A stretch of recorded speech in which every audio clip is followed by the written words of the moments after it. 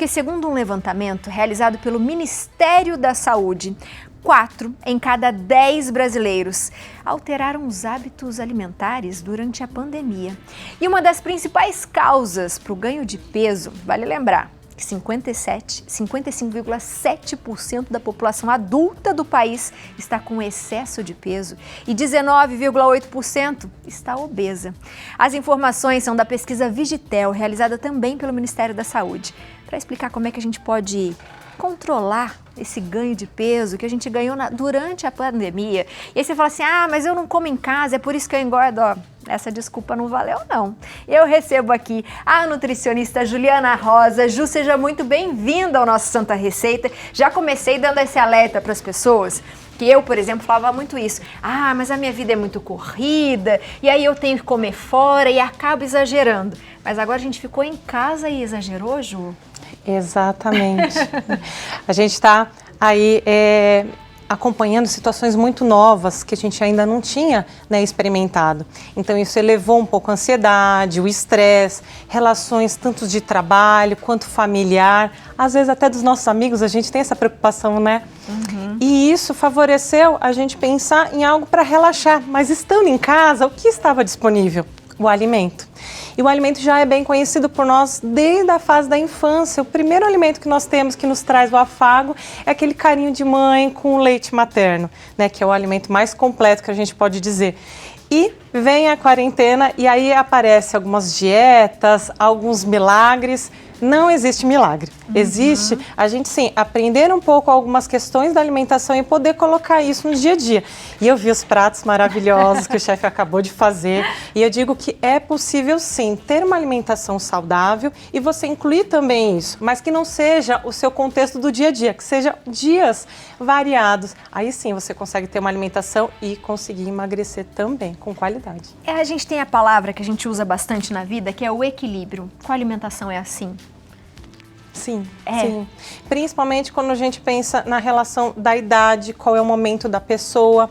Ela tem um trabalho corrido, ela tem tempo para fazer a alimentação dela ou de repente ela tem que despender de organizar isso um pouquinho antes. Eu falo que para a gente ter sucesso em tudo na vida, a organização faz parte e a alimentação também. Para fazer um cardápio desse, às vezes leva o quê? Alguns minutos, conversa junto com a família, vê um pouquinho o gosto de cada um para todo mundo ser contemplado. Desde a criança, que ela possa acompanhar a alimentação saudável junto com os pais, brincando, né? Às vezes traz um alimento e coloca na mesa, vai cortando, até mesmo se tem avó, quem está dentro da família, e organizar isso para naqueles momentos que a gente não tem tempo. Porque é naquele momento que se a gente não se organizou, aí vai para aquelas comidinhas mais guloseimas, a gente quer algo mais prático, a gente acaba não tendo paciência, na verdade. É bem isso, porque a gente é igual ao supermercado com fome. Você vai, tudo que você olha, você quer, fala, ai que delícia. Aí você vai no biscoito, você vai no pão, porque daí vai chegar em casa, ainda vai estar com a compra, ainda vai estar com fome, não vai dar tempo de fazer nada. Sim. E aí a gente vai sempre para essa coisa do mais fácil mesmo, né? Sim. E uma outra coisa que a gente até chegou a fazer uma pesquisa aqui, foi o tal do doce. Muita gente exagerou no doce, porque o doce tem essa coisa do aconchego e doce é viciante, né, Ju? Sim. Como que a gente faz pra gente tirar um pouco do doce da nossa vida? Ou pois equilibrar? Eu prefiro pensar em equilibrar, porque se a pessoa já gosta, eu falo, eu gosto de doce. Então, já sabendo do que você tem a maior tendência, você pode observar questões ou formas que você pode colocar no dia a dia. Eu gostaria de apresentar aqui algumas opções que eu sugiro aqui no prato que você pode controlar também a fome de doce.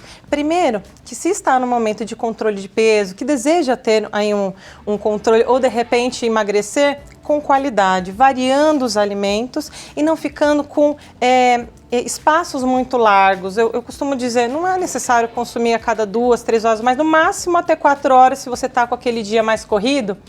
Separa uma fruta, por exemplo, uma banana que tem uma embalagem, a melhor embalagem que temos aí, você pega, prático, você consome prático. Bolsa. De repente você percebe que você não vai ter tempo, você já chegou no escritório, por que não você ter uma petisqueira e você de repente deixar aqui algumas castanhas e também algumas refeições, alguns pontos na alimentação a gente pode cuidar do controle do doce. Quando a gente começa a colocar alimentos com um pouco menos de açúcar ou um pouco mais azedos, nós melhoramos a nossa papila gustativa. É a relação mais comum do chocolate ao leite que a gente vai colocando para o chocolate meio amargo. A gente vai desensibilizando a nossa papila gustativa. E também podemos incluir alimentos amargos ou azedos, como por exemplo o maracujá, que ele já tem um benefício super conhecido por ser calmante. Né? Ele pode ser sim, até por exemplo uma sobremesa, se a pessoa não está ainda gostando de alguma coisa muito azedo, pode colocar um adoçantezinho, algo leve, e ela sentir esse sabor mais intenso. E no nosso paladar vai ficar esse sabor um pouco mais tempo. Então ela vai sentir, olha, estou com esse saborzinho, ela não vai sentir vontade de consumir doce. Mas é claro que nós temos alguns períodos do dia que favorecem ao consumo de doce. Quais são? É muito comum, nós temos aquela vontade após o almoço. Sim. Sabe aquele docinho? Sim. Tipo, eu mereço, eu comi tudo. E eu costumo até dizer para as mães quando tem criança, não fala que a criança comendo tudo vai comer um docinho, porque aí você já coloca que é como se fosse o troféu. E na verdade o troféu pode ser outras coisas. Pode ser conversar em família, pode assistir um filme, pode convidar para passear, que não seja necessariamente o alimento como a recompensa. Então a gente usa muito doce como recompensa para os nossos sentimentos que não estão resolvidos. Verdade. A gente fala mesmo, hoje eu tô meio tristinha, mereço um chocolatinho, não é? Tem essa coisa. E uma coisa que você falou agora que eu acho muito interessante, que eu aprendi isso depois de grande, é o comer tudo, né? Fala assim, você tem que comer tudo, come tudo a sua comida, geralmente para as crianças. A gente tem que comer até onde a gente está satisfeito, não é isso, Ju? Exatamente. Porque às vezes a gente vai exagerar e vai comer aquilo para agradar alguém e vai entender que é aquilo que a gente tem que fazer sempre, né? Como que a gente pode lidar com isso em casa também? Porque às vezes as mães ficam preocupadas com as crianças e falam assim, come tudo isso daqui, enquanto você não comer tudo, você não vai assistir tal coisa, não vai fazer tal coisa. Como que a gente pode lidar com essa coisa da comida também? Sim, é bem interessante. Ótimo. Se a gente pensar assim, que você vai comer com calma, descansando os talheres, observando a nossa fome. A criança, ela tem uma sensibilidade muito nata e a gente vai perdendo conforme a gente vai ficando adulto, né? Inclusive até nessa quarentena, quem aí não ouviu um barulhinho no estômago, quem não sentiu a verdadeira fome, né? Que existe fome física e a fome emocional, né, que está ligada aos sentimentos. Mas na relação das crianças, o que pode se fazer? É observar se ela está comendo devagar, para realmente o corpo ele ter tempo de alguns hormônios que a gente fala que tem um hormônio da fome e da saciedade, que é a grelina, que ela é produzida no fundo do nosso estômago, que ela dá aquela fome verdadeira, que é a fome física, que é quando a gente sente uma fome, um barulhinho no estômago, pode sentir, se deixou um pouco mais de tempo que não comeu, pode sentir até uma canseira ou algo mais dor de cabeça, que não é ideal. E aí a criança ela percebe que ela está comendo devagar, e ela sente a saciedade. Como que ela vai sentir? Mastigando devagar, vai entrando esse alimento no corpo dela e aí logo mais vai sendo produzido um outro hormônio que se chama a leptina, que ele é produzido pelas células gordurosas, células do nosso tecido gorduroso. E o que acontece? Se a gente come devagar, dá tempo dessa produção ser feita. Se come muito rápido, porque já vai ver um filme ou assistir algo que a mãe prometeu, essa criança ela não vai colocar essa atenção plena que nós falamos, que tem uma técnica chamada Mindful Eating, que é você ter atenção no comer. E entender que nós temos o nosso tempo. Agora não adianta comer a comida e falar assim, eu tô cheio, tô satisfeito, deixa a comida no prato e vai sobrar pro docinho. Aí a gente precisa observar se essa relação, se antes disso, se tem alguma questão que precisa ser resolvida na família, ou que seja a pessoa, a criança, porque é muito comum a gente colocar isso, a alimentação, como forma de resguardar ou relaxar aqueles sentimentos mal resolvidos. Igual a gente tem a fome emocional, que é aquela fome de doce ou de algum alimento que faça sentido. Geralmente a lembrança da nossa infância, de alguma refeição junto com nossos pais, com os nossos avós, e a gente acaba sendo seletivo. Então a gente sabe que é alimento. Então isso demonstra que isso é mais uma relação de sentimento que você quer canalizar na alimentação. Muito bom. Eu vou pedir para você mostrar aqui, porque você trouxe um cardápio que a gente pode fazer em casa fácil, que a gente vai estar dentro, assim, de uma boa alimentação, de uma forma fácil. Lembrando, gente, não só crianças, nós também vamos mastigar devagar os alimentos para dar tempo do nosso cérebro entender que a gente está bem, não é? Mostra pra gente, então, o que você trouxe. Sim, eu gostaria de comentar Eu sei que é muito comum a gente falar, né, tome água, mas a água ela é importante não só para hidratar, mas também ela está ligada no nosso centro da saciedade, que fica num órgão chamado hipotálamo, que é dentro do nosso cérebro, que quando nós temos fome, algumas vezes é sede. Então, antes de comer algo, toma um copo, uma meia hora antes de uma refeição. Eu costumo dizer que iniciar o dia tomando um copo de água, você já acorda bem o seu organismo. Legal. Né? E colocando alguns alimentos leves, até mesmo para o funcionamento do intestino, que é muito bom, um mamão, a aveia, que ela é rica em fibras e também ela tem uma fibra muito importante nesse momento nosso da quarentena, que ela chama beta-glucana, que é como se fosse o nutriente das nossas bactérias boas do intestino. Então ela favorece essas bactérias boas continuarem vivas e ajuda a nossa imunidade também, sem contar que ela traz uma saciedade. Eu trouxe aqui uma sugestão de café, pode ser um ovo, mas também pode ser frutas, de acordo com aquele momento, né? Observar aquele momento que você acorda, tá com mais fome, às vezes iniciar com chá, com suco, ou uma fruta já com um copo de água, você já está iniciando um dia bem. E observar se o seu dia vai ser um pouco mais corrido, eu costumo indicar que é legal a gente organizar um dia antes do nosso prato, para que a gente não tenha surpresas.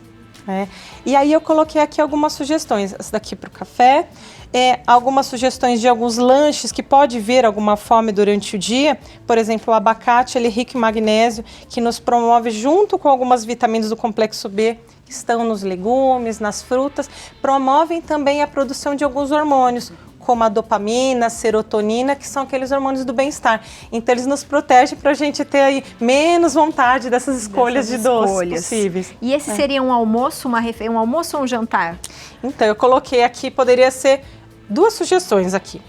O almoço pode ser, sim, colocando um carboidrato, ou arroz ou feijão, né? Mas se você está num momento mais de controle de peso, a sugestão é que você coloque ele de lado e você inclua mais legumes e coloque proteína, que é sempre importante a proteína para trazer uma saciedade maior.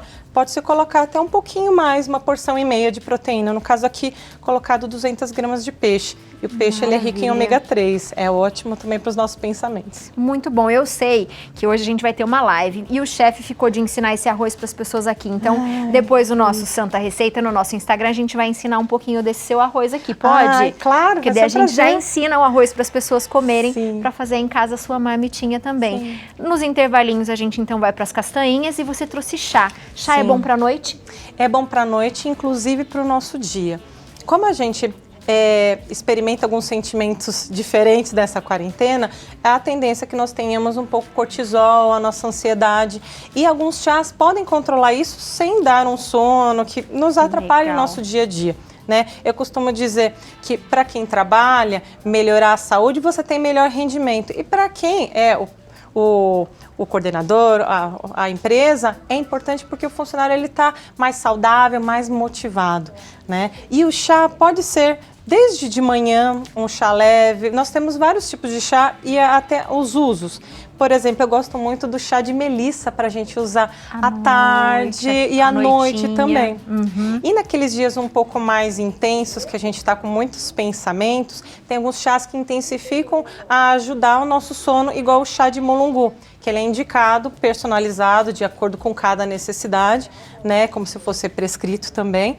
E ele pode ser utilizado a partir das 17 horas, onde a gente fala que os hormônios, principalmente a melatonina, esse hormônio que favorece o nosso sono, o nosso corpo começa a desacelerar e é um carinho.